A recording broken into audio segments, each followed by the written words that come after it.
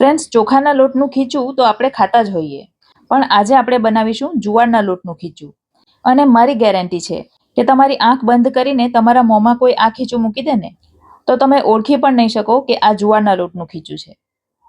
માત્ર રંગ એનો થોડો ડાર્ક થાય છે, બાકી સ્વાદમાં એટલું જ ટેસ્ટી. તો મારી ચેનલને તમે હજી સુધી સબસ્ક્રાઇબ ન કરી હોય તો પ્લીઝ જલ્દીથી સબસ્ક્રાઇબ કરી દેજો. તો ખીચું બનાવવા માટે અહીં ગેસ પર મેં એક પેન મૂકી દીધું છે અને એમાં આપણે 2 વાડકી ભરીને પાણી લઈશું. ગેસ ઓન કરી દઈશું અને પાણીને ગરમ થવા દઈશું. અહીં તમે કોઈ પણ વાડકીનું માપ લઈ શકો છો. હવે પાણીમાં સ્વાદ અનુસાર મીઠું ઉમેરીશું. તો મેં અહીં અડધી ચમચી મીઠું ઉમેર્યું છે. સાથે જ ઉમેરીશું 5 ચમચી જેટલો ખાવાનો સોડા. સોડા ઉમેરવાથી ખીચુંનો ટેસ્ટ સરસ આવે છે અને સોડાના બદલે તમે પાપડ ખાર પણ ઉમેરી શકો છો. હવે 1 ચમચી સફેદ તલ ઉમેરીશું અને બધું બરાબર મિક્સ કરી દઈશું. પાણી ધીમે ધીમે ગરમ થાય છે અને ગેસની ફ્લેમ ધીમી રાખીને પાણીને ઉકળવા દેવાનું છે. હવે અહીં મેં થોડું લીલું લસણ લીધું છે અને એનો લીલો અને સફેદ ભાગ અલગ કરી લીધા છે. તો જે સફેદ ભાગ છે એને અત્યારે પાણીમાં ઉમેરી દઈશું અને જે લીલો ભાગ છે એને આપણે પાછળથી ઉમેરીશું. ફરી પાછું પાણીને હલાવી લઈશું. જો તમે લસણ ન ખાતા હો તો નહીં લેવાનું. હવે એમાં અડધી ચમચી જીરું ઉમેરીશું. આટલી વસ્તુ ઉમેર્યા પછી આપણે પાણીને સરસ રીતે 2 થી 3 મિનિટ સુધી ઉકળવા દઈશું, જેથી પાણી સાથે બધું સરસ રીતે ઉકળે અને બધા મસાલાનો સ્વાદ પાણીમાં આવી જાય. 2-3 મિનિટ ઉકળ્યા પછી ગેસ ક્યાં તો એકદમ ધીમો કરી દેવાનો અથવા તો થોડીવાર માટે બંધ કરી દેવાનો. અને હવે આપણે એમાં 5 ચમચી અજમો ઉમેરીશું. અજમો ગેસ બંધ કર્યા પછી એટલા માટે ઉમેર્યો કે ગરમ પાણીમાં જો આપણે અજમો ઉમેરીએ તો એ કલર છોડે છે, જેનાથી લોટનો રંગ ડાર્ક થઈ જાય છે. અને ત્યાર પછી ઉમેરીશું 1 ટીસ્પૂન ભરીને આદુ, લસણ અને મરચાંની પેસ્ટ.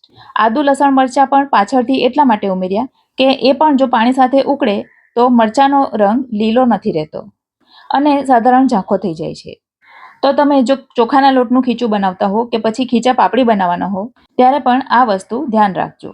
હવે જે વાડકીના માપથી આપણે પાણી લીધું એ જ વાડકીના માપથી 1 વાડકી ભરીને આપણે જુવારનો લોટ ઉમેરીશું. આપણે જુવારના રોટલા બનાવવા માટે જે લોટ ઉપયોગમાં લઈએ છીએ આ એ જ લોટ છે અને લોટને મેં ચાળીને લીધો છે.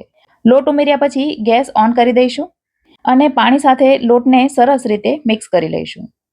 લોટને સરસ રીતે મિક્સ કરીને હવે આપણે એમાં લીલું લસણ ઉમેરી દઈશું અને સાથે જ ઉમેરી દઈશું ઝીણી સુધારેલી કોથમીર. ફરી પાછું બધું સરસ રીતે મિક્સ કરી દઈશું. ગેસ ધીમી આંચ પર ચાલુ જ છે અને લોટને સતત હલાવતા રહીશું જેથી નીચેથી ચોંટી ન જાય. આમ તો આપણે એકદમ ગરમ પાણીમાં લોટ ઉમેર્યો છે એટલે એ લગભગ ચડી જ ગયો હોય છે, પણ છતાં પણ આપણે એને 2 મિનિટ સુધી આ રીતે ધીમી આંચ પર હલાવતા રહીશું. 2 મિનિટ સુધી લોટને ચલાવ્યા પછી હવે ગેસને બંધ કરી દઈશું અને એના ઉપર ઢાંકણ ઢાંકીને એને 10 મિનિટ સુધી એમનેમ રહેવા દઈશું, જેથી ગરમ લોટથી એમાં સ્ટીમ ક્રિએટ થશે અને લોટ સરસ રીતે તૈયાર થઈ જશે. તો 10 મિનિટ પછી તમે જોઈ શકો છો લોટ સરસ રીતે ખાવા માટે તૈયાર થઈ ગયો છે. તો હવે આપણે એને પ્લેટમાં લઈ લઈશું. તો લોટ સરસ દેખાય એના માટે મેં આ રીતે એક બાઉલમાં લઈ લીધો છે. બાઉલમાં પહેલેથી તેલ લગાવી દીધું હતું. તમે સ્ટીલનો બાઉલ પણ લઈ શકો છો અને ત્યાર પછી થોડા દબાણપૂર્વક એમાં લોટ ભરી દીધો અને બાઉલને ઊંધો કરી દીધો. તો આ રીતે સરસ શેપમાં લોટ તૈયાર થઈ જાય છે. તમે સુગર પેશન્ટ હો કે પછી ડાયટ પર હો, આ હેલ્ધી અને ટેસ્ટી લોટનો નાસ્તો તમને ખૂબ જ ઉપયોગમાં આવશે. આ ગરમ ગરમ લોટ ઉપર તમે કાચું સિંગતેલ લઈ શકો છો, અથાણાનો સંભારો પણ લઈ શકો છો. મેં અહીં બટર લીધું છે તો તમે બટર પણ લઈ શકો છો. તો મારા ટેસ્ટી અને હેલ્ધી આ લોટની રેસીપી તમને ગમી હોય તો વિડીયોને લાઇક કરજો અને તમારા ફ્રેન્ડ સર્કલમાં શેર કરજો. તો ફરી મળીશું આવી જ એક નવી રેસીપી સાથે. ત્યાં સુધી મને રજા આપો. આવજો.